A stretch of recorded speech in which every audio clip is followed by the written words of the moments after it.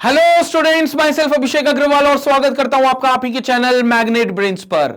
Class 12 chemistry की organic chemistry का important chapter जो हम लोग देख रहे हैं, जिस चैप्टर का नाम है haloalkanes and haloarenes, जिसमें chemical properties of haloalkanes का डिस्कशन अभी हम जारी रख रहे हैं।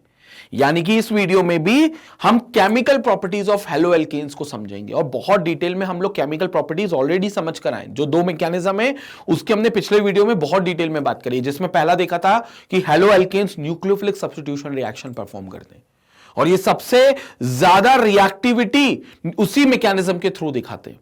और जिसके दो पार्ट होते हैं, SN1 और SN2, बहुत डिटेल में बात कर चुके हैं इसकी, काफी वीडियोस हम पहले बना चुके हैं इन सब चीजों को। दूसरा हमने देखा था कि एलिमिनेशन रिएक्शन भी परफॉर्म करते हैं। एलिमिनेशन रिएक्शन मतलब आप देखोगे कि हेलो एल्केन में हेलोजन एटम और जो अल्फा कार्बन से निकलेगा और बीटा कार्बन से हाइड्रोजन एटम एलिमिनेट होता है, तो इसको हम एलिमिनेशन रिएक्शन का नाम देते हैं। और इस तरीके से वहां पर हमको अनसैचुरेटेड कंपाउंड्स, अनसैचुरेशन मिलता है और जिसको हम एल्कीन बोलते हैं कि हमारा वहां पर एल्कीन बनता है जब हम एलिमिनेशन रिएक्शन को परफॉर्म करते हैं। अब तीसरी रिएक्शन जो इस कैटेगरी में देखने वाले हैं वो है रिएक्शन विथ मेटल्स, यानी कि हेलो एल्केन्स मेटल के साथ भी रिएक्ट करते हैं। रिएक्शन विथ मेटल्स, अब क्या है ये रिएक्शन, क्या है रिएक्शन विथ मेटल? सिंपल सी बात है, हेलो एल्केन्स मेटल से भी रिएक्ट कर सकते हैं। और इसमें सबसे पहले हम मेटल जो लेंगे वो मैग्नीशियम मेटल लेंगे और बताएंगे आपको ग्रिग्नार्ड रिएजेंट के बारे में। क्योंकि जब हेलो एल्केन मैग्नीशियम मेटल के साथ रिएक्ट करता है तो जो मैग्नीशियम होता है वो उन दोनों कार्बन और मेटल हेलोजन के बीच में आ जाता है। जो मेटल होता है वो कार्बन और हेलोजन दोनों के बीच में आ जाता है और एक ऑर्गेनो मेटालिक कंपाउंड फॉर्म करता है, जिस कैटेगरी में सबसे इंपॉर्टेंट रिएजेंट होता है ग्रिग्नार्ड रिएजेंट। बात करते हैं कैसे होता है। तो सबसे पहले तो यहां पर देखेंगे active metals like sodium, magnesium, cadmium या लिथियम, इनमें से कोई भी जो भी एक्टिव मेटल्स, मतलब जो रिएक्टिव मेटल्स होते हैं उनकी बात कर रहे हैं, वो रेडिली कंबाइन होते हैं with the alkyl chlorides, bromides and iodides to give corresponding compounds containing carbon metal bonds. तो वो क्या करते हैं, ये active metals alkyl chlorides, alkyl bromides या अल्काइल आयोडाइड्स के साथ कंबाइन होकर करस्पॉन्डिंग कार्बन मेटल बॉन्ड दे देते हैं। कार्बन मेटल बॉन्ड मतलब समझ रहे हो, R बोले तो कार्बन की चेन होगी और इस कार्बन के साथ आपका कोई मेटल लगेगा जो एक्टिव मेटल होगा, जो यहां पर नाम लिखे उनमें से कोई एक। लिथियम हो सकता है, सोडियम हो सकता है, मैग्नीशियम हो सकता है, कैडमियम हो सकता है, ये एक्टिव मेटल्स में से हो सकता है। तो ये R और मेटल की आपको बॉन्डिंग होती हुई दिखेगी, तो ये R और मेटल की आपको बॉन्डिंग होती हुई दिखेगी। अब याद रखना, R और मेटल की इस बॉन्डिंग को, R और मेटल की इस बॉन्डिंग को हम नाम देते हैं organometallic, organometallic compound. तो इसको हम बोल देंगे organometallic compound, organometallic. Organo क्यों? क्योंकि कार्बन जहां होता है वहां ऑर्गेनिक वर्ड आ जाता है। जैसे ही कार्बन आया किसी भी जगह पर, किसी भी कंपाउंड में, वहां ऑर्गेनिक वर्ड आ जाएगा। तो यहां पर ऑर्गेनो मतलब ये कार्बन पार्ट के लिए। और मेटालिक क्यों? क्योंकि मेटल है। तो इसको आप ऑर्गेनो मेटालिक कंपाउंड और इस बॉन्डिंग को ऑर्गेनो मेटालिक बॉन्डिंग बोल दोगे और ये पूरा कंपाउंड आपका ऑर्गेनो मेटालिक कंपाउंड के नाम से जाना जाएगा। तो ये हो गया आपका ऑर्गेनो मेटालिक पार्ट। तो एक पार्ट हो गया आपका ऑर्गेनो मेटालिक। अब such compounds are called organometallic compounds. ये बहुत इंपॉर्टेंट कंपाउंड है, मतलब इसकी तो पूरी, अगर आप ग्रेजुएशन लेवल पे केमिस्ट्री देखोगे तो इस पर पूरा एक यूनिट है ऑर्गेनो मेटालिक कंपाउंड्स पे। आपको तो जस्ट एक बहुत ही छोटा सा उसका एक पार्ट बताया है जो 2-4-5% भी नहीं होगा, लेकिन ये ऑर्गेनो मेटालिक केमिस्ट्री बहुत बड़ी केमिस्ट्री है अदरवाइज। तो ये जो कंपाउंड होगा कार्बन और मेटल के बीच में, इसको आप ऑर्गेनो मेटालिक कंपाउंड बोलते हो। तो कैसे बनता है ये? अल्काइल हैलाइड्स बेसिकली अगर होंगे तो वो एक्टिव मेटल्स के साथ रिएक्ट करेंगे और आपको ऑर्गेनो मेटालिक कंपाउंड दे देंगे। कैसे दे देंगे ये भी अपन बात कर लेते हैं। अल्काइल हैलाइड बोले तो RX, और कोई एक्टिव मेटल होगा तो वो मेटल क्या करेगा, इन RX के बीच में लग जाएगा, इन दोनों R और X के बीच में लग जाएगा। और जैसे ही वो RX और X के बीच में लगेगा तो क्या बन जाएगा, R, मेटल को मान लेता हूं थोड़ी देर के लिए M, तो ये बन जाएगा RMX। ये आपका ऑर्गेनो मेटालिक कंपाउंड हो गया, क्योंकि इसमें कार्बन और मेटल के बीच में बॉन्डिंग दिखाई दे रही है। तो ये ऑर्गेनो मेटालिक कंपाउंड हो गया, कार्बन और मेटल के बीच में बॉन्डिंग क्योंकि दिखाई दे रही है। So an important class of organometallic compound is alkyl magnesium halide, और इसमें सबसे इंपॉर्टेंट क्लास जो है वो एल्काइल मैग्नीशियम हैलाइड की है। मतलब सबसे ज्यादा जो रिएक्टिव होता है या सबसे ज्यादा जो रिएजेंट्स आप देखते हो वो मैग्नीशियम मेटल के साथ ऑर्गेनोमेटालिक कंपाउंड में देखते हो। यानी कि ये जो मेटल होता है ये ज्यादातर केसेस में मैग्नीशियम होता है। तो आप मैग्नीशियम के साथ भी एक रिएक्शन इसकी बता सकते हो जिसमें RX जो होगा वो मेटल जो मैग्नीशियम होगा उसके साथ रिएक्ट करेगा और बना लेगा RMgX। तो क्या बना लेगा? RMgX, RMgX। तो ये Mg इसके बीच में आ जाएगा R और X के, और बन जाएगा RMgX, alkyl magnesium halide. Organometallic compound है, ये भी ऑर्गेनोमेटालिक है क्योंकि मेटल है मैग्नीशियम और R कार्बन की चेन के साथ वो बॉन्ड कर रहा है सीधा सीधा। तो जहां भी ये बॉन्डिंग मिलेगी ऑर्गेनोमेटालिक कंपाउंड होगा। तो इसको बेसिकली बोलते हैं alkyl magnesium bromide halide, alkyl magnesium halide. अगर वो हेलोजन की जगह मैं ब्रोमीन डाल दूं तो वो क्लियरली ब्रोमाइड होगा, अदरवाइज अभी एक्स लिखा हुआ है तो मैं उसको हैलाइड इन जनरल कर देता हूं। तो it is alkyl magnesium halide, जो कि एक ऑर्गेनोमेटालिक कंपाउंड है। और ये रिएजेंट सबसे पहले ग्रिग्नार्ड साहब ने बनाया था, सिंथेसाइज किया था, इसलिए इस रिएजेंट को ग्रिग्नार्ड रिएजेंट भी बोलते हैं। RMgX को आप ग्रिग्नार्ड रिएजेंट भी बोलते हो। ग्रिग्नार्ड जो साहब थे उन्होंने इस पहली बार इसको सिंथेसाइज किया था, इस रिएजेंट को। तो बात करते हैं, in 1900 Victor Grignard discovered the alkyl magnesium halides. These are now called the Grignard reagents. तो alkyl magnesium halides 1900 में विक्टर ग्रिग्नार्ड साहब ने इसको सिंथेसाइज किया था, इसलिए इसको आपने बोल दिया एल्काइल मैग्नीशियम हैलाइड। तो ये एल्काइल मैग्नीशियम हैलाइड है, और ज्यादातर आपको इसमें जो मिलेगा वो हैलाइड के पार्ट में Br मिलेगा। तो आप RMgBr भी बोल सकते हो, RMgX की जगह प्रिसाइज कर सकते हो, X की जगह Br। तो ये आपका इंपॉर्टेंट ग्रिग्नार्ड रिएजेंट। और ग्रिग्नार्ड रिएजेंट मैं आपको बताता हूं, most of the chemical reactions में इंपॉर्टेंट रिएजेंट होता है। मतलब जितनी भी ऑर्गेनिक केमिकल रिएक्शंस होती हैं उनमें से अधिकांश रिएक्शंस में आपका ग्रिग्नार्ड रिएजेंट रिएक्ट कर जाता है। और आप खुद देखोगे, आपको जितने भी ऑर्गेनिक केमिस्ट्री के चैप्टर है ना, सब में ग्रिग्नार्ड रिएजेंट की वर्किंग आपको बताई जाएगी। सब में आपको ग्रिग्नार्ड रिएजेंट की रिएक्टिविटी बताई जाएगी कि भैया ग्रिग्नार्ड रिएजेंट इस कंपाउंड के साथ भी रिएक्ट कर सकता है, ग्रिग्नार्ड रिएजेंट इस कंपाउंड के साथ भी रिएक्ट कर सकता है। अल्कोहल में भी, एल्डिहाइड में भी, अमाइंस में भी बहुत जगह आपको बताई जाएगी ग्रिग्नार्ड रिएजेंट की रिएक्टिविटी। मतलब ग्रिग्नार्ड रिएजेंट ऑर्गेनिक केमिस्ट्री का बहुत इंपॉर्टेंट रिएजेंट होता है, सिंपल शब्दों में।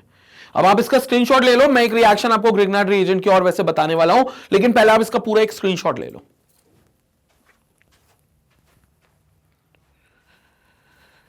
तो यहां पर हमने देख लिया किसके बारे में? ग्रिग्नार्ड रिएजेंट के बारे में। ये पूरा ग्रिग्नार्ड रिएजेंट समझ लिया, और सिंपल शब्दों में आप याद रखना, ऑर्गेनोमेटालिक कंपाउंड ग्रिग्नार्ड रिएजेंट जिसमें मेटल की बॉन्डिंग किसके साथ होती है? कार्बन के साथ।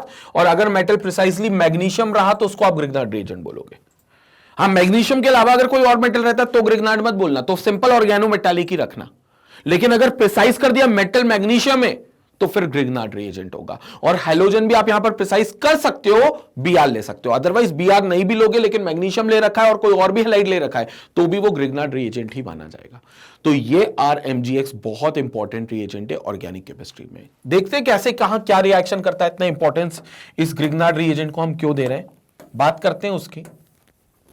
तो यहां पर आप देखेंगे आगे, Grignard reagents are prepared by the reaction of the haloalkanes with the magnesium turning in dry ether। तो देखो RX plus Mg आ गया, ड्राई ईथर के प्रेजेंस में आपने इसको रिएक्ट कराया मैग्नीशियम को, तो मैग्नीशियम इनके बीच में ऐड हो जाएगा और बन जाएगा RMgX। तो दिस इज RMgX। RX था जिसमें मैग्नीशियम आ गया बीच में। तो मैग्नीशियम अब क्या कर रहा है, क्योंकि मैग्नीशियम डाइवेलेंट एलिमेंट है, दो वैलेंसी रखता है, तो एक बॉन्ड वो R के साथ बनाएगा, एक बॉन्ड X के साथ बनाएगा, तो बना लेगा RMgX, जिसको आप ग्रिग्नार्ड रिएजेंट बोलते हो। जैसे एग्जांपल देते हैं, R और X को डिफाइन कर लेते हैं। C2H5 डिफाइन कर दिया R, इथाइल पार्ट, और X की जगह हमने लिख दिया ब्रोमीन पार्ट, तो ये हो गया इथाइल ब्रोमाइड, C2H5Br। और मैग्नीशियम के साथ इसको रिएक्ट करा तो मैग्नीशियम क्या होगा, इन दोनों के बीच में आ जाएगा, क्या बन जाएगा? C2H5MgBr, ethyl magnesium bromide, ethyl magnesium bromide. ये है ग्रिग्नार्ड रिएजेंट। मैग्नीशियम यूज कर लिया ना, तो ग्रिग्नार्ड रिएजेंट, ऑर्गेनोमेटालिक कंपाउंड का महत्वपूर्ण रिएजेंट ग्रिग्नार्ड रिएजेंट। इसकी बहुत सारी रिएक्शन है, रिएक्शन समझेंगे, पहले आप इसका फॉर्मेशन का स्क्रीनशॉट ले लो।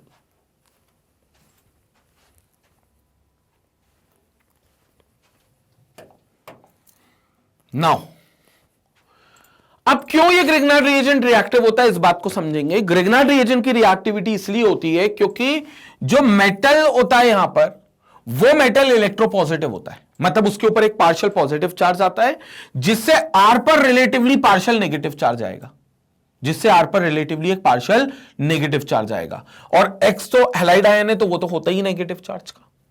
और इनका अगर बॉन्ड तोड़ना है, कभी भी इनका बीच का बॉन्ड तोड़ना है तो मैं आपको वो भी क्लियर कर देता हूं। अगर लिखा हुआ है आर एम जी एक्स तो जैसा मैंने बॉन्ड दिखाया है वैसे ही बॉन्ड टूटेगा भी, मतलब एमजी एक्स पार्ट एक साथ जाएगा और आर पार्ट आपका एक साथ जाएगा, तो बॉन्ड आपका कुछ इस तरीके से टूटेगा।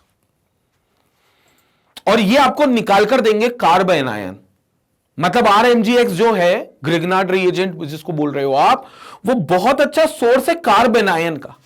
पूछो क्यों सोर्स है कार्बन आयन का? मैग्नीशियम की वैलेंसी बताओ कितनी होती है? मैग्नीशियम की वैलेंसी होती है +2, सबको पता है। डाइवेलेंट होता है, 2 इलेक्ट्रॉन लूज कर देगा इजीली स्टेबल होने के लिए, तो +2। और हैलाइड आयन की -1, तो ये -1 होगी। इसकी +2 है और इसकी -1 हो गई, क्योंकि ये हैलोजन एटम है X, तो इसकी -1 हो गई। तो एक हो गया +2 और एक हो गया -1, Mg हो गया +2 और X हो गया -1। अब ये दोनों अगर मैं क्यूमुलेटिवली देखूं तो +2 और -1 क्या होगा? +1, मतलब Mgx वाले हिस्से पर टोटल चार्ज होगा वो +1 का चार्ज होगा। कितना चार्ज होगा Mgx वाले हिस्से पर? टोटल +1 का चार्ज होगा। और अगर इसको छूने पर करंट नहीं लग रहा, पूरे RMgx को, पूरे RMgx को छूने पर अगर करंट नहीं लग रहा, इसका मतलब यह हो गया कि R पर जो चार्ज होगा वो -1 का होगा। मतलब यहां पर जो R पर चार्ज है वो -1 का चार्ज हो गया। मतलब इन शॉर्ट Mgx एक्वायर कर लेगा पॉजिटिव चार्ज और R एक्वायर कर लेगा नेगेटिव चार्ज। कब? जब ये बॉन्ड टूटेगा। अच्छा सर यही बॉन्ड क्यों टूटा? क्योंकि बेटा कार्बन और मेटल के बीच का जो बॉन्ड है वो वीक बॉन्ड है एज कंपेयर टू मेटल और हैलाइड के बीच का। क्योंकि मेटल और हैलाइड के बीच में तो आप जानते हो most electropositive and most electronegative element के बीच में तो बहुत स्ट्रॉन्ग बॉन्ड बनेगा। तो Mg और X के बीच का बॉन्ड नहीं टूटा क्योंकि वो स्ट्रॉन्ग था, लेकिन R और Mg के बीच का बॉन्ड टूटेगा क्योंकि कार्बन और मेटल के बीच का बॉन्ड ऑर्गेनोमेटालिक बॉन्ड माना जाता है, लेकिन वो इतना स्ट्रॉन्ग नहीं होता रिलेटिव टू Mgx के बॉन्ड के। इसलिए R और Mg के बीच का बॉन्ड टूटेगा, और जब टूटेगा तो Mgx के पूरे हिस्से पर प्लस चार्ज आएगा और R के हिस्से पे माइनस चार्ज आएगा। R के हिस्से पे माइनस चार्ज आएगा। R बोले तो एल्काइल पार्ट है, मतलब कार्बन है उसमें, और कार्बन पर माइनस चार्ज आ रहा है, मतलब कार्बन आयन आ रहा है। इसलिए यह बहुत अच्छा सोर्स माना जाएगा कार्ब एनायन के लिए, तो यह हमको कार्बन आयन निकाल के दे देगा। तो यह बहुत अच्छा सोर्स माना जाएगा कार्ब एन आयन के लिए। तो R माइनस आपका बहुत अच्छा सोर्स माना जाएगा कार्बन आयन का। तो ये इस तरीके से ब्रेक डाउन होगा। So in Grignard reagent the carbon magnesium bond is covalent. Carbon और मैग्नीशियम का जो बॉन्ड है यानी कि R और Mg के बीच का बॉन्ड जिसको मैं तोड़ रहा हूं वो कोवेलेंट है, but it is highly polar. Highly polar क्यों है? क्योंकि वो एक बहुत ही इलेक्ट्रोपॉजिटिव मेटल के साथ बना है। Mg इलेक्ट्रोपॉजिटिव मेटल है because carbon pulls electrons from the electropositive magnesium atom. तो कार्बन क्या करेगा? वो इलेक्ट्रॉन जो शेयर हो रहे हैं इन दोनों के बीच में, है तो कोवेलेंट, लेकिन उसको अपनी तरफ खींच लेगा। और कहने को खींचेगा क्या? मैग्नीशियम उसको धक्का दे देगा। बल्कि कार्बन में कहां इतनी हिम्मत है कि मैग्नीशियम से इलेक्ट्रॉन लेकर चला जाए, लेकिन वो तो मैग्नीशियम का सपोर्ट मिल जाता है कि तू ले जाए इलेक्ट्रॉन, मैं तो चाहता ही हूं मेरे से इलेक्ट्रॉन दूर जाए। तो कार्बन उस इलेक्ट्रॉन को खींचने में सफल होता है। मैग्नीशियम क्यों चाहता है कि इलेक्ट्रॉन उससे दूर जाए? क्योंकि मैग्नीशियम इलेक्ट्रोपॉजिटिव एलिमेंट है, क्योंकि मैग्नीशियम एक मेटल है और मेटल चाहते हैं अपने से इलेक्ट्रॉन को दूर ले जाना। तो मैग्नीशियम इलेक्ट्रॉन को दूर ले जाने दे रहा है, कार्बन उस इलेक्ट्रॉन को खींच रहा है। कार्बन पर आएगा माइनस चार्ज और Mgx के टोटल हिस्से पर आएगा प्लस चार्ज, और बॉन्ड यही टूटेगा। तो आपके लिए रिएक्टिविटी दो चीजों की फिर मिलने वाली है, एक मिलने वाली है R माइनस की और एक मिलने वाली है Mgx प्लस की। यह Mgx प्लस किसी माइनस से रिएक्ट करेगा और यह R माइनस किसी पॉजिटिव आयन से रिएक्ट करेगा या पॉजिटिव ग्रुप रेडिकल से रिएक्ट करेगा। And the magnesium halogen atom is ionic, क्योंकि मैंने कहा था कि एक मोस्ट इलेक्ट्रोपॉजिटिव और मोस्ट इलेक्ट्रोनेगेटिव, मतलब एक अच्छे इलेक्ट्रोपॉजिटिव और एक अच्छे इलेक्ट्रोनेगेटिव के बीच में जो बॉन्ड होगा वो आयोनिक बॉन्ड होगा। तो ये बॉन्ड स्ट्रॉन्ग है Mgx का, तो ये इलेक्ट्रोस्टैटिक बॉन्ड है यानी कि आयोनिक बॉन्ड है, इसलिए ये नहीं टूटेगा। पहले ये बॉन्ड टूटेगा जो कि पोलार है, पोलार कोवेलेंट बॉन्ड है, तो ये पहले टूटेगा और ये आपका एक R minus plus Mgx positive आपको दे देगा। अब ये चीज बहुत ज्यादा जगह पर रिएक्ट होती है, बहुत ज्यादा जगह पर आपको मिलेगी। तो RMgX की रिएक्शन आप हर ऑर्गेनिक चैप्टर में लगभग देखने वाले हो। आगे भी जितने चैप्टर मैं आपको पढ़ाऊंगा सब में आप इस ग्रिग्नार्ड रिएजेंट की रिएक्शन देखने वाले हो। एक रिएक्शन तो मैं अभी आपको बता रहा हूं इस स्लाइड के बाद, तो पहले आप इस स्लाइड का स्क्रीनशॉट ले लो, उसके बाद मैं रिएक्शन आपको बताता हूं। आप स्क्रीनशॉट लो। कितना? तो ये हमने देख लिया organometallic compound, specifically Grignard reagent, और कैसे उनके बीच का बॉन्ड टूट सकता है इस बात का भी जिक्र कर लिया। अब ये हेलोएल्केन में क्यों पड़ रहा है? क्योंकि हेलोएल्केन जब मैग्नीशियम मेटल के साथ रिएक्ट करता है तो ऑर्गेनोमेटालिक कंपाउंड बना लेता है, और मैग्नीशियम के साथ स्पेसिफिकली कर रहा है तो ग्रिग्नार्ड रिएजेंट भी बना लेगा। अब ये ग्रिग्नार्ड रिएजेंट बता चुका हूं कि ऑर्गेनिक केमिस्ट्री में बहुत जगह पर यूज होता है एज अ रिएजेंट, और इसकी कुछ रिएक्शंस भी हैं, हम देख लेते हैं वो रिएक्शंस को भी।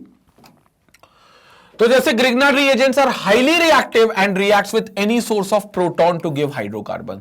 तो इनको जहां भी प्रोटॉन मिलेगा तो वो प्रोटॉन के साथ रिएक्ट करके हाइड्रोकार्बन देने की कोशिश करेंगे। क्यों देने की कोशिश करेंगे? क्योंकि जो R इसमें है वो R के ऊपर माइनस का चार्ज है, कार्बन आयन का पार्ट है, और ये प्रोटॉन को ढूंढेगा, यानी कि R- एक पॉजिटिव चार्ज के सोर्स को ढूंढेगा, तो पॉजिटिव चार्ज के सोर्स पर जाकर ये अपने आप को हाइड्रोकार्बन में कन्वर्ट करेगा। अब जैसे H2O के साथ मान लो रिएक्ट कर रहा है, तो H2O के साथ रिएक्ट कर रहा है तो H2O में कौन है?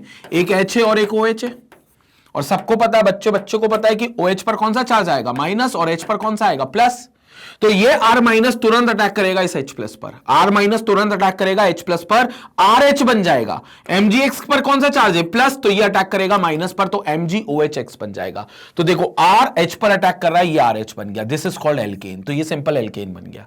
प्लस MgOHX बन रहा है, तो this is called magnesium hydroxy halide, ये बाय प्रोडक्ट है, लेकिन ये बाय प्रोडक्ट ज्यादातर बनेगा ही ग्रिग्नार्ड रिएजेंट के साथ। तो इसकी बॉन्डिंग कैसे होगी मैं वो भी बता देता हूं।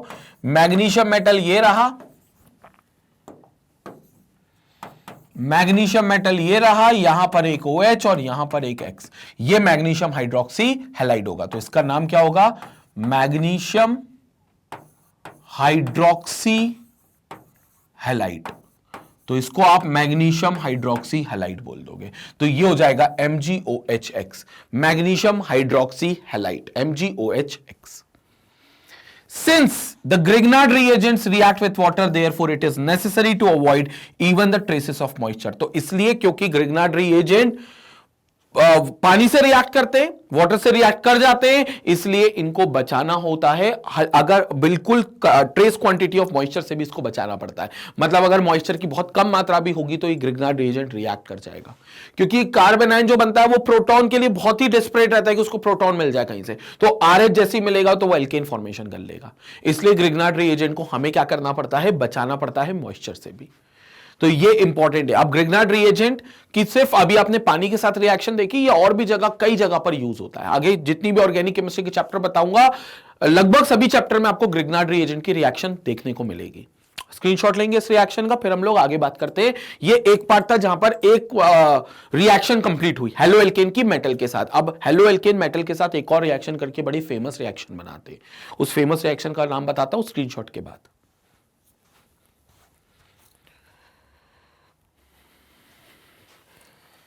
अब इसमें आगे देखते हैं। Now the second reaction is reaction with sodium. Reaction with sodium, alkyl halide sodium metal के साथ भी रिएक्ट करते हैं, सोडियम मेटल के साथ, और ये बड़ी फेमस नेमिंग रिएक्शन बनती है जिसको बोलते हैं वुड्स रिएक्शन। ये क्लास 11th में भी आपने पढ़ा होगा, प्रिपरेशन ऑफ एल्केन में वुड्स रिएक्शन बड़ी फेमस रिएक्शन है।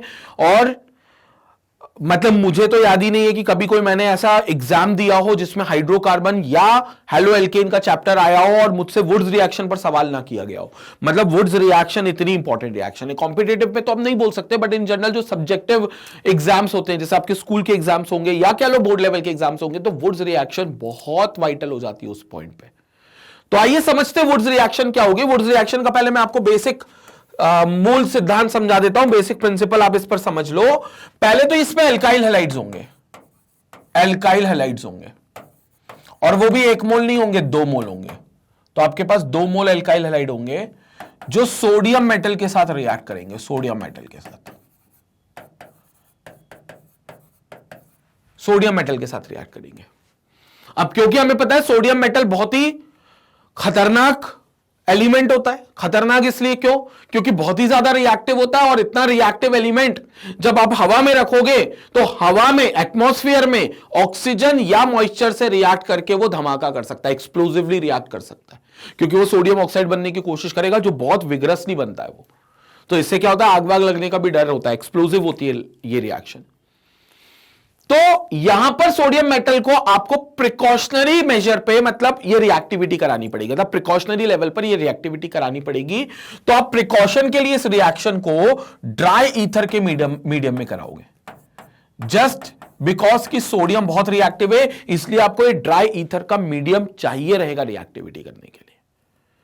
और होगा क्या?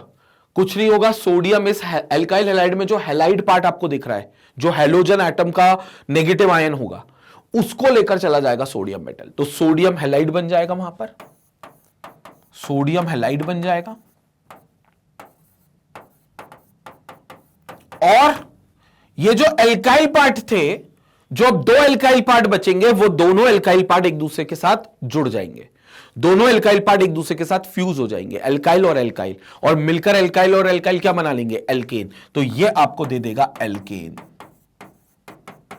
सो this is how they form the alkane part. तो ये आपकी एक ओवरऑल रिएक्शन। अब ये रिएक्शन इस टर्म्स में समझ में नहीं आएगी, जो वर्ड इक्वेशन मैंने लिख दी, वर्ड इक्वेशन में समझ में नहीं आएगी जब तक इस रिएक्शन को हम लोग मॉलिक्यूल्स प्रिसाइसली उनके सिंबल और उनके फॉर्मूले से ना देखें। तो अब देख लेते फॉर्मूले से। दो एल्काइल हैलाइड लेने, एल्काइल हैलाइड बोले तो RX और RX। किसके साथ लेने ये RX और RX? सोडियम मेटल के साथ। किसके साथ लेने? सोडियम मेटल के साथ। तो प्लस Na। और भैया अगर दो RX आपने ले रखे तो दो Na होने चाहिए, क्योंकि दो X मॉलिक्यूल को निकाल कर लेकर जाएगा वो, तो दो X मॉलिक्यूल को लेकर जाएगा। तो कैसे लेकर जाएगा? ये दो Na है और ये दो X है, ये दोनों चले गए, 2NaX ये चले गए, क्योंकि सोडियम इलेक्ट्रोपॉजिटिव है और X जो है वो इलेक्ट्रोनेगेटिव है। तो एक इलेक्ट्रोपॉजिटिव और एक इलेक्ट्रोनेगेटिव 100% आयोनिक बॉन्ड बनाने वाले हैं, और इस तरीके से वो एक सॉल्ट दे देंगे। किसका सॉल्ट दे देंगे? रिएक्शन भी लिख लेते, क्योंकि ये रिएक्शन ड्राई ईथर के मीडियम में होने वाली है। तो ये रिएक्शन आपकी ड्राई ईथर के मीडियम में अगर होगी तो रिएक्शन देख लें, ये 2NaX बन जाएगा। ये तो एक प्रोडक्ट बनी गया आपका 2NaX, लेकिन ये बाय प्रोडक्ट है, ये सॉल्ट है, ये बाय प्रोडक्ट है इस रिएक्शन का, मतलब हमारे लिए काम का नहीं है, माइनर रूप में बनेगा। लेकिन मेजर प्रोडक्ट कौन होगा? ये R पार्ट इस R पार्ट के साथ रिएक्ट कर जाएगा, क्योंकि 2NaX तो गया। तो अब ये R और ये R आपस में जुड़ जाएंगे और बन जाएंगे R bond R। Alkyl bond alkyl, तो एल्काइल बॉन्ड एल्काइल कुछ नहीं होता, इसको सिंपल आप एल्केन बोलते हो, इसको आप सिंपल एल्केन बोलते हो। तो R बॉन्ड R आपका क्या कहलाने लगेगा? एल्केन। तो ये आपका प्रॉपर एक एल्केन बन जाएगा, R बॉन्ड R एल्केन बन गया है आपका।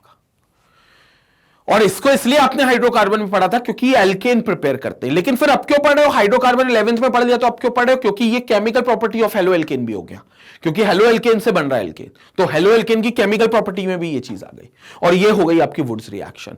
बड़े फेमस साइंटिस्ट थे वुड्स रिएक्शन, और बड़ी अच्छी रिएक्शन उन्होंने दी थी एल्केन को बनाने के लिए। तो ये रिएक्शन होती है Wurtz reaction.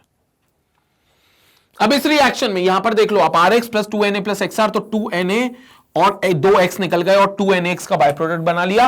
Reaction dry ether में हो रही है जस्ट बिकॉज सोडियम बहुत रिएक्टिव है, और फिर ये R और ये R together will form R that is called alkane. तो ये R बॉन्ड R बना लेंगे, जिसको हम एल्केन बोलते हैं, जिसको हम एल्केन बोलते हैं। तो ये R बॉन्ड R बन जाएगा एल्केन। अब इसमें हमने एक सिंपल रिएक्शन जो देखी है वो R क्यों डिफाइन करके देखिए, मतलब R को अगर हम डिफाइन कर ले CH2CH3 के फॉर्म में, तो मान लो ये CH2 और CH3 होगा और ये भी CH2CH3 होगा, तो फिर रिएक्शन जो होगी वो दो कार्बन ये और दो कार्बन ये, मतलब 4 कार्बन का एल्केन बनेगा, जिसको आप ब्यूटेन बोल रहे हो। कैसे बनेगा मैं बता देता हूं, एक बार रिएक्शन भी करके बता देता हूं। आप पहले इसका स्क्रीनशॉट ले लो, इसके बाद फिर हम लोग रिएक्शन देखते हैं जिसमें हम लोग R को डिफाइन करते हैं और X को भी डिफाइन करते हैं। तो ये तो जनरल रिएक्शन थी, मैंने कहा ना जनरल में R और X डिफाइन नहीं होते, तो ये तो जनरल रिएक्शन थी। लेकिन अब मैं जनरल रिएक्शन के बाद आपको स्पेसिफिक एग्जाम्पल के साथ रिएक्शन समझाता हूं। पहले आप स्क्रीनशॉट ले लो।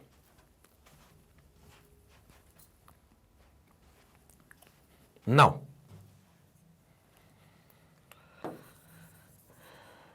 स्पेसिफिक रिएक्शन के साथ आपको वुड्स रिएक्शन समझाता हूं। हम लोग ले लेते हैं इथाइल क्लोराइड और उसको सोडियम के साथ रिएक्ट कराते हैं। इथाइल क्लोराइड वो भी वही वहीं ले रखा है, तो रिएक्शन बड़ी सिंपल हो जाएगी आपको समझने में। इथाइल क्लोराइड हमने ले लिए CH3 CH2 Cl। अब क्योंकि इसके 2 मोल चाहिए तो एक और मोल लेना पड़ेगा, तो यहां पर Cl CH2 CH3 प्लस क्या करें, प्लस करेंगे 2Na, प्लस करेंगे क्या 2Na, 2 सोडियम के एटम। और क्योंकि सोडियम है तो भैया धमाका होने के चांसेस है, उसको बचाने के लिए मीडियम रख लेंगे ड्राई ईथर का, तो रिएक्शन ड्राई ईथर के मीडियम में होगी। अब मेरी बात को समझो, ये Na है ये Cl है, तो यहां से Na और Cl निकल गए, इसको ऐसा कह लो, दिस इज Cl CH2 और CH3, तो यहां से अपना क्या निकल गए, 2 Na निकल गए, तो यहां से 2 Na और 2 Cl को लेकर निकल गए और बाय प्रोडक्ट बन गया 2 NaCl प्लस ये है इथाइल पार्ट और ये है इथाइल पार्ट, दोनों इथाइल पार्ट एक दूसरे के साथ जुड़ गए, तो CH3 CH2 CH2 CH3, तो इसको क्या बोलेंगे, इसको हम बोल देंगे ब्यूटेन। नॉर्मल ब्यूटेन इसलिए क्योंकि ये स्ट्रेट चेन में बन रहा है विदाउट एनी ब्रांच, तो ये हो जाएगा नॉर्मल ब्यूटेन। तो ये आपका नॉर्मल ब्यूटेन हो गया एन ब्यूटेन, तो आप इसको नॉर्मल ब्यूटेन का नाम देते हो इस तरीके से, एन ब्यूटेन का नाम। कंसेप्ट क्लियर है? तो ये आपका नॉर्मल ब्यूटेन इस तरीके से बन गया, मतलब ये एल्केन बन गया जो कि एल्काइल क्लोराइड से बना था। इथाइल क्लोराइड से दोनों इथाइल और इथाइल 2 कार्बन और 2 कार्बन मिलकर 4 कार्बन बना लेंगे और ये ब्यूटेन बन जाएगा। ये हो गई आपकी वुड्स रिएक्शन, बड़ी फेमस रिएक्शन है, इसलिए बहुत इंपॉर्टेंट भी है, इसलिए क्योंकि एल्केन की प्रिपरेशन में भी आ रही है और chemical properties of halo alkane में भी आ रही है। स्क्रीनशॉट लेंगे इसका, लेकिन इस रिएक्शन के कुछ ड्रॉबैक्स भी हैं, मतलब इस रिएक्शन में कुछ कमियां भी हैं। ये एल्केन बनाने में मददगार तो होती है, लेकिन कुछ स्पेसिफिक एल्केन्स को ये बनाने में असफल होती है, या इसमें कुछ स्पेसिफिक एल्केन को बनाने में मुश्किलें पैदा होती हैं। क्या है वो मुश्किलें और क्यों नहीं वो एल्केन प्रॉपर्ली बना सकते, उसकी बात करेंगे ड्रॉबैक्स में, लेकिन पहले इसका स्क्रीनशॉट लेंगे। स्क्रीनशॉट लीजिए इसका जल्दी से।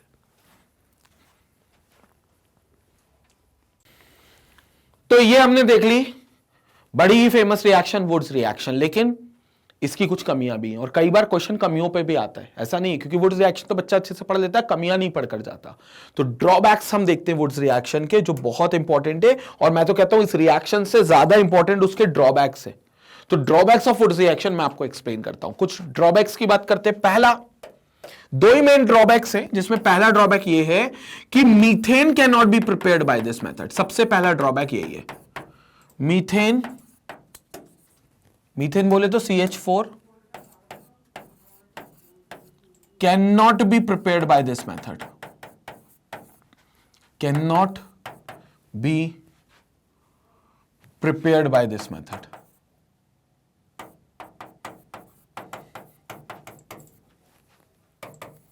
cannot be prepared by Woods reaction। अब पूछो क्यों, मीथेन के साथ प्रॉब्लम क्या है भाई, मीथेन के साथ क्या प्रॉब्लम है, मीथेन क्यों नहीं बना सकता वुड्स रिएक्शन? क्योंकि मीथेन में आपका एक कार्बन आता है, जो मीथेन होता है उसमें आपका एक कार्बन आता है, और वुड्स रिएक्शन में जो आप लेते हो वो 2 कार्बन लेते हो, क्योंकि आप एल्काइल हैलाइड 2 लेते हो। आपने देखा होगा 2 RX लिए थे मैंने हर बार। तो जब आप 2 एल्काइल हैलाइड लोगे रिएक्शन में, जैसे कि RX है यहां पर, जैसे कि RX है यहां पर, और यहां पर भी XR है, और ये 2Na के साथ रिएक्ट कर रहा है, 2Na के साथ रिएक्ट कर रहा है, तो फिर क्या होगा, ये X और X जाएगा और 2Na आपका X को लेकर जाएगा, तो 2NaX बाय प्रोडक्ट बना लेगा, रिएक्शन ड्राई ईथर के प्रेजेंस में होगी, और उसके साथ R और R जुड़ जाएगा, तो R बॉन्ड R जुड़ जाएगा, तो ये आपका एल्केन हो जाएगा। तो अब R में क्या होगा, कम से कम एक कार्बन तो होगा, कम से कम भी जाऊं तो मिथाइल पार्ट होगा, और इस R के पास भी क्या होगा, कम से कम एक कार्बन होगा, मिथाइल पार्ट होगा, तो कम से कम आपका 2 कार्बन तो आएंगे ही मॉलिक्यूल में, यानी कि कम से कम जो प्रोडक्ट बनेगा वो इथेन तो बनेगा ही बनेगा। मतलब कम से कम जो एल्केन होगा वो कम से कम 2 कार्बन का तो बनेगा ही। तो फिर एक कार्बन का कैसे पॉसिबल है? एक कार्बन का तभी पॉसिबल होता जब एक ही अल्काइल हैलाइड होता सर, और उस एक अल्काइल हैलाइड में भी एक कार्बन होता, लेकिन वुड्स तो दो अल्काइल हैलाइड के साथ चलती है ना, दो मोल्स अल्काइल हैलाइड के साथ चलती है। तो यहां पर सबसे इंपॉर्टेंट बात यह है कि आपका एक कार्बन का मीथेन बन ही नहीं सकता, किसी भी कीमत पे पॉसिबल नहीं है वुड्स रिएक्शन में। So methane can not be prepared by Wurtz reaction because it contains only one carbon. Methane के पास एक ही कार्बन है, जबकि एल्काइल हैलाइड में जो आर पार्ट हम लेते हैं वो मिनिमम दो कार्बन का होता है। सो एल्काइल हैलाइड में जो हम मेनली कार्बन लेते हैं वो कम से दो एल्काइल हैलाइड होते हैं। एल्काइल हैलाइड में तो एक कार्बन होंगे, लेकिन दो एल्काइल हैलाइड ले रहे हैं तो पूरे रिएक्शन में एक्चुअली दो कार्बन फ्यूज हो रहे हैं एक साथ, तो कम से कम दो कार्बन फ्यूज होंगे, इसलिए हम इथेन ही सबसे लोएस्ट मेंबर इसका एल्केन का जो हो सकता है वो इथेन बन सकता है, इससे मीथेन कभी नहीं बन सकता। ये पहला ड्रॉबैक था। दूसरा ड्रॉबैक इससे भी ज्यादा जरूरी है, दूसरा ड्रॉबैक और ज्यादा इंपॉर्टेंट है। क्या है दूसरा drawback? Alkanes containing odd number of carbon atoms, alkanes containing odd number of carbon atoms, odd number of carbon atoms are difficult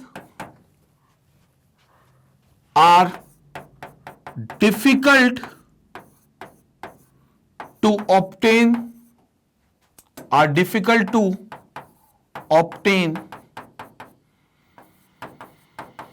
through Woods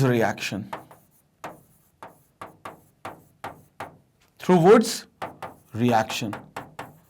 आप odd number containing carbon, odd alkanes containing odd number of carbon atoms को Wurtz reaction से obtain नहीं कर सकते। बन तो जाएंगे लेकिन उनको निकाल नहीं पाओगे। क्यों नहीं निकाल पाओगे? मतलब प्रोडक्ट बन रहा है तो फिर निकाल लो, क्या दिक्कत है? नहीं निकाल पाओगे। पूछो क्यों? Odd number of carbon atoms alkanes मतलब जिसमें आपके 3 कार्बन हो, 5 कार्बन हो, 7 कार्बन हो, ऐसे एल्केन, मतलब propane, pentane, heptane and so on. आप इनको बना सकते हो लेकिन इनको ऑब्टेन नहीं कर सकते। ऑब्टेन करने के लिए आपको बहुत कॉम्प्लेक्सिटी से गुजरना पड़ेगा, डिफिकल्ट होगा ऑब्टेन करना। क्यों होगा इसको मैं रीजन बताता हूं, इनकी एक रिएक्शन से। चलो एक काम करते हैं, हमको प्रोपेन बनाना है, मतलब एल्केन बनाना है जो कि 3 कार्बन का होगा। तो मुझको एल्काइल हैलाइड कैसे लेने पड़ेंगे? एक एल्काइल हैलाइड लेना पड़ेगा जिसमें 2 कार्बन हो, और एक एल्काइल हैलाइड लेना पड़ेगा जिसमें 1 कार्बन हो, ताकि 2 और 1 मिलकर 3 कार्बन का एक एल्केन बना दे। 2 और 1 मिलकर 3 कार्बन का एक एल्केन बना दे। तो मुझे 2 और 1 3 कार्बन का एल्केन बनाना है। बढ़िया बात है, बना लेते हैं, देखते हैं। तो 2 कार्बन का एल्काइल हैलाइड ले लूं मैं कोई सा? पहले 2 कार्बन का एल्काइल हैलाइड ले लेता हूं। कौन सा ले लेता हूं? CH3 CH2 Cl। ये मैंने ले लिया क्लोरोइथेन। तो पहली बात तो ये मेरा हो गया क्लोरोइथेन, जो 2 कार्बन का एल्काइल हैलाइड है। दिस इज क्लोरोइथेन प्लस क्या करें? 2Na की रिएक्शन, 2 सोडियम, और अब एक लेते हैं 1 कार्बन का, क्योंकि 2 कार्बन यहां से मिल जाएंगे और 1 कार्बन वहां से मिल जाएगा, तो प्रोपेन 3 कार्बन का बन जाएगा। तो ये हो गया Cl और यहां पर हो गया CH3। ये हो गया Cl और यहां पर हो गया आपका CH3। ये 1 कार्बन का जिसको आप बोलते हो chloromethane. So this is called your chloromethane. बढ़िया बात है। अब रिएक्शन शुरू करो। तो 2Na इन क्लोरीन को लेकर निकल लेगा। रिएक्शन होगी ड्राई ईथर के प्रेजेंस में, तो रिएक्शन होगी ड्राई ईथर के प्रेजेंस में, और 2NaCl नाम का एक बाय प्रोडक्ट बनेगा। बढ़िया बात है, बनने तो अच्छी बात है, 2NaCl बनना चाहिए। और ये 2 कार्बन जो होंगे, ये और ये 1 कार्बन आपस में जुड़ जाएगा, और 2 कार्बन और 1 कार्बन मिलकर क्या बनाएंगे देखेंगे? CH3 CH2 CH2 CH3। तो CH3 CH2 ये वाला पार्ट और ये वाला पार्ट CH3, तो CH3 CH2 CH3, यानी कि ये आपका बन गया प्रोपेन। तो ये प्रोपेन आपका ऑड नंबर का बन गया। तो बन तो गया, क्या दिक्कत आई? बन तो गया प्रोपेन। तो मैंने कब कहा था कि बनने में दिक्कत आएगी? मैंने तो कहा था बन तो जाएगा। It is difficult to obtain, ये लिखा हुआ है। आपको इसको ऑब्टेन करने में, मतलब इस प्रोडक्ट को पाने में, निकालने में दिक्कत होगी। अब तुम बोलोगे सर क्या दिक्कत होगी, इसको निकाल लो यहां से। नहीं, अब तुम ध्यान से देखो तो ये रिएक्शन में 2 कार्बन थे और एल्केन पार्ट था, मतलब ये रिएक्शन एक्चुअली क्लोरो एल्केन की थी। 2 कार्बन थे और इसमें आपका 2 कार्बन के साथ क्लोरीन लगा था, तो 2 कार्बन का इसमें एल्केन आपका एल्काइल पार्ट जुड़ा था, ये कह लो। तो जाहिर सी बात है ये वाला बॉन्ड टूटा होगा। और सिमिलरली इसके साथ भी आपका एक CH3 मिथाइल पार्ट लगा है और क्लोरीन लगा है, तो जाहिर सी बात है ये बॉन्ड भी टूटा होगा। ये दोनों बॉन्ड टूटे होंगे तभी ये ClCl अलग हुए होंगे, Na के साथ NaCl, और CH3 CH2 CH3 के साथ जुड़ गया होगा। लेकिन इस बॉन्ड को तोड़ने में और इस बॉन्ड को तोड़ने में एक चीज, एनर्जी अलग अलग लगी होगी। पूछो क्यों? क्योंकि भैया जब कार्बन ज्यादा होते हैं तो प्लस आई इफेक्ट ज्यादा होता है, तो इलेक्ट्रॉन जो होते हैं वो पुश थोड़े से ज्यादा हो जाते हैं। प्लस आई इफेक्ट मतलब आप समझ रहे हो? अब सिंपल समझो, ये इथाइल पार्ट और क्लोरीन के बीच का बॉन्ड टूट रहा है और ये मिथाइल पार्ट और क्लोरीन के बीच का बॉन्ड टूट रहा है। मतलब एक में 2 कार्बन और क्लोरीन का बॉन्ड है और एक में 1 कार्बन और क्लोरीन का बॉन्ड है। तो वो जो कार्बन और क्लोरीन का बॉन्ड है उनको तोड़ने के लिए आपको अलग अलग एनर्जी देनी पड़ेगी। आपको अलग अलग, क्लोरीन जो इथाइल ग्रुप के साथ लगा है वो एक अलग एनर्जी से टूटेगा, उसके बीच का बॉन्ड अलग एनर्जी से टूटेगा, और इधर का क्लोरीन जो मिथाइल पार्ट से लगा है उन दोनों के बीच का बॉन्ड एक अलग एनर्जी से टूटेगा। अलग एनर्जी मतलब अलग अलग समय पे भी टूटेगा, अलग अलग समय पे भी टूटेगा। क्योंकि ये 2 कार्बन है ना, तो ये 2 कार्बन प्लस आई इफेक्ट दिखाएंगे। प्लस आई इफेक्ट मतलब कार्बन क्या करेगा, अपनी चेन में इलेक्ट्रॉन को पुश कर देगा क्लोरीन की तरफ, तो ये पोलैरिटी ज्यादा हो सकती है यहां पर, जबकि उतनी पोलैरिटी यहां देखने को नहीं मिलेगी यहां पर, क्योंकि एक ही कार्बन है। तो ये बॉन्ड अलग समय पे टूटेगा और ये बॉन्ड अलग समय पे टूटेगा। दोनों बॉन्ड अलग समय पे टूटेंगे तो ऐसा हो सकता है कि ये वाला बॉन्ड पहले टूट जाए।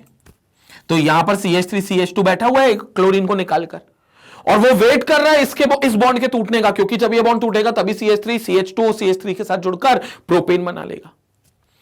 लेकिन मान लो इतने में इसी मॉलिक्यूल के, इसी पर्टिकुलर कंपाउंड के दूसरा मॉलिक्यूल टूट गया।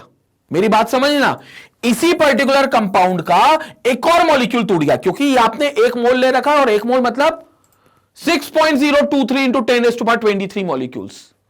1 मोल मतलब 6.023 इंटू 10⁻23 मॉलिक्यूल्स, बहुत सारे मॉलिक्यूल्स हैं। तो ये एक मॉलिक्यूल टूटा जो इस मॉलिक्यूल के टूटने का वेट कर रहा है, लेकिन इससे पहले इसी का एक और मॉलिक्यूल टूट गया।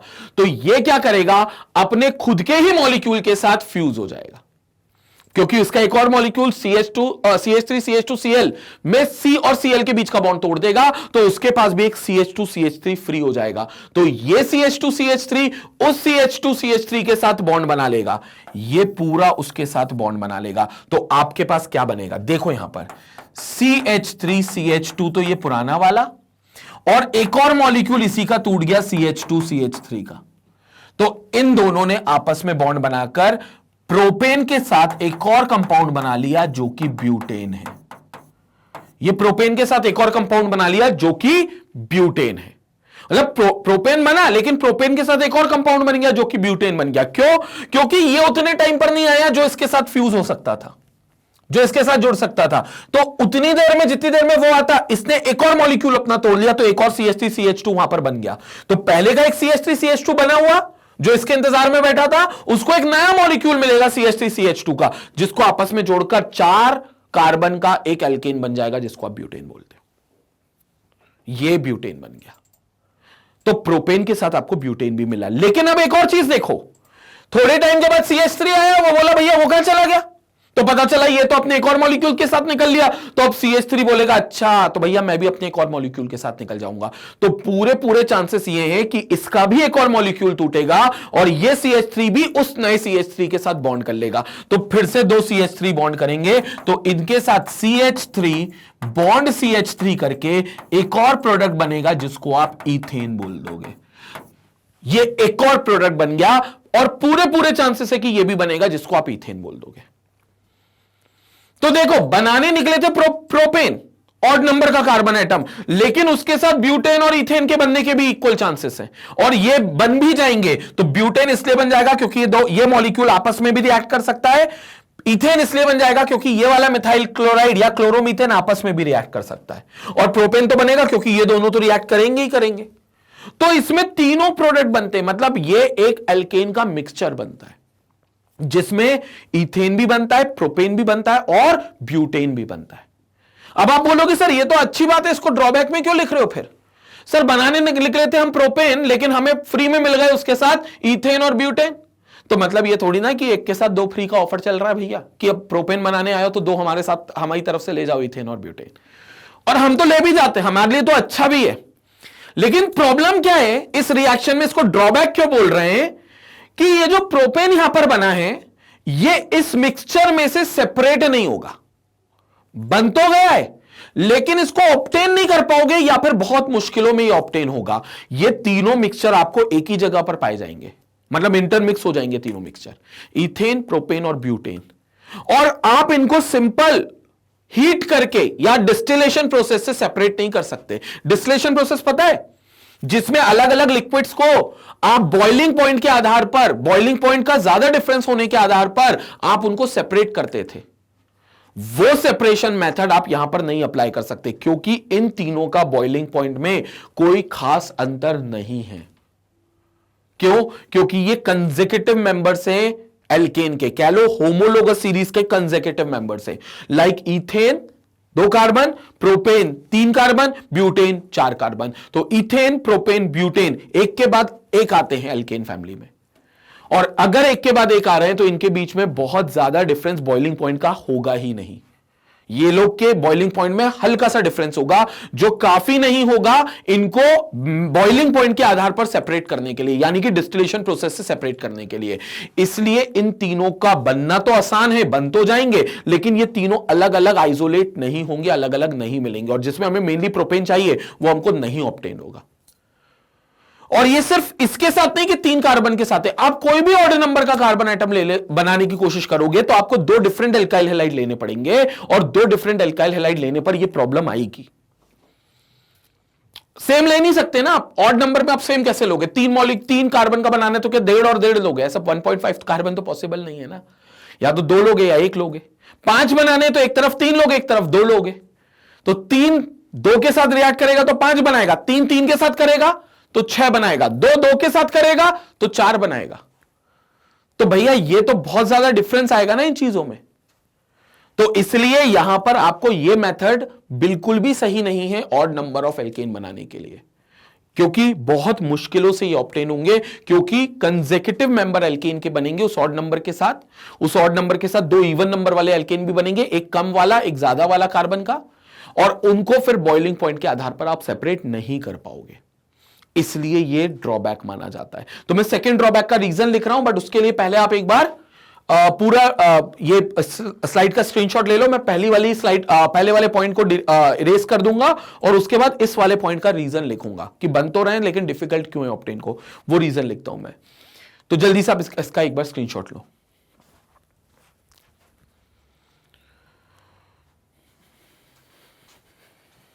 अब आते हैं हम लोग आगे। इस पॉइंट की जगह मैं नीचे वाले पॉइंट का रीजन भी लिख देता हूं।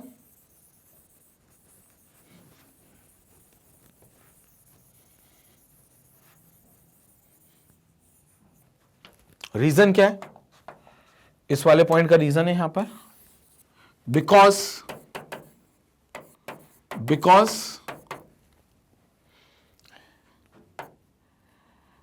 They will form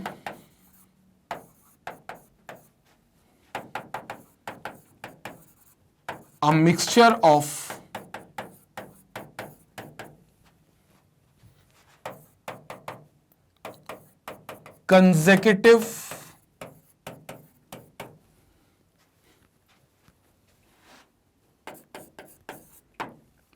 consecutive number of carbon,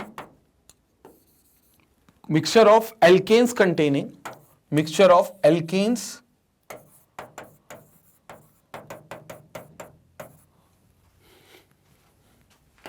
containing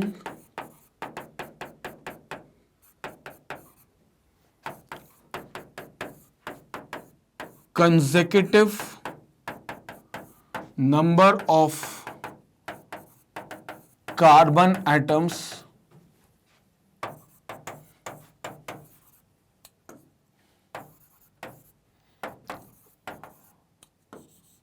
that is called the homologous member of alkanes. Homologous member of alkane, member of alkane, bracket बंद, which cannot be separated by distillation process और simple boiling. क्यों boiling से नहीं होंगे? क्योंकि consecutive members हैं अगर, तो इनका बॉइलिंग पॉइंट एक दूसरे के बहुत आसपास होगा, और बॉइलिंग पॉइंट अगर एक दूसरे के बहुत आसपास होगा तो आप इनको अलग बिल्कुल भी नहीं कर पाओगे. तो इसीलिए आप odd number of carbon atoms के लिए ये अप्रोप्रिएट मेथड नहीं मानते, वुड्स रिएक्शन को अप्रोप्रिएट मेथड नहीं मानते. बाकी ये इवन नंबर कार्बन कंटेनिंग के लिए बहुत अच्छी मेथड है. आप सिंपल इथेन, ब्यूटेन, हेक्सेन के लिए बहुत अच्छी मेथड मानी जाती है वुड्स रिएक्शन.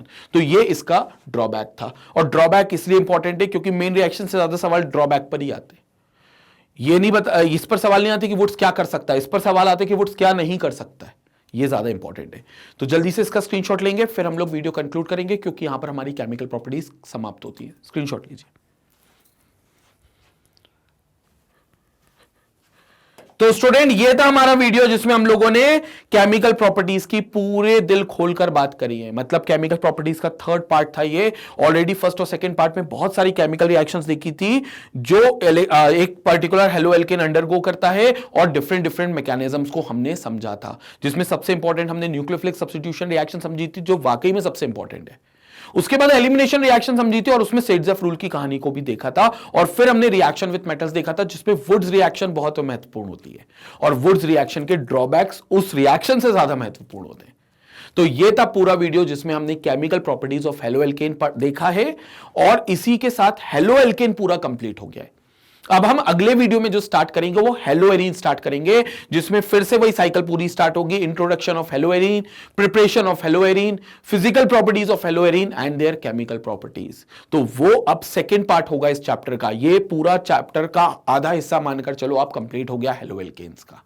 और जैसा कि आपको पता है बच्चों, मैग्नेट ब्रेन्स पे क्लास 4 से लेकर क्लास 12 तक आपको हर सब्जेक्ट्स अवेलेबल हैं. केमिस्ट्री तो आपकी चली रही है, इसके साथ physics, maths, biology, SST, English, Hindi, Sanskrit जैसे सब्जेक्ट्स भी अवेलेबल हैं. यूट्यूब चैनल के साथ साथ magnetbrains.com पर भी इन सभी सब्जेक्ट्स के चैप्टर वाइज और टॉपिक वाइज आपके पूरे प्लेलिस्ट वहां पर अपलोड की गई है, जिसको आप बिल्कुल फ्री ऑफ कॉस्ट में एक्सेस कर सकते हैं. और अगर इनसे जुड़े हुए कोई नोट्स है तो उनको भी आप डाउनलोड कर सकते हैं.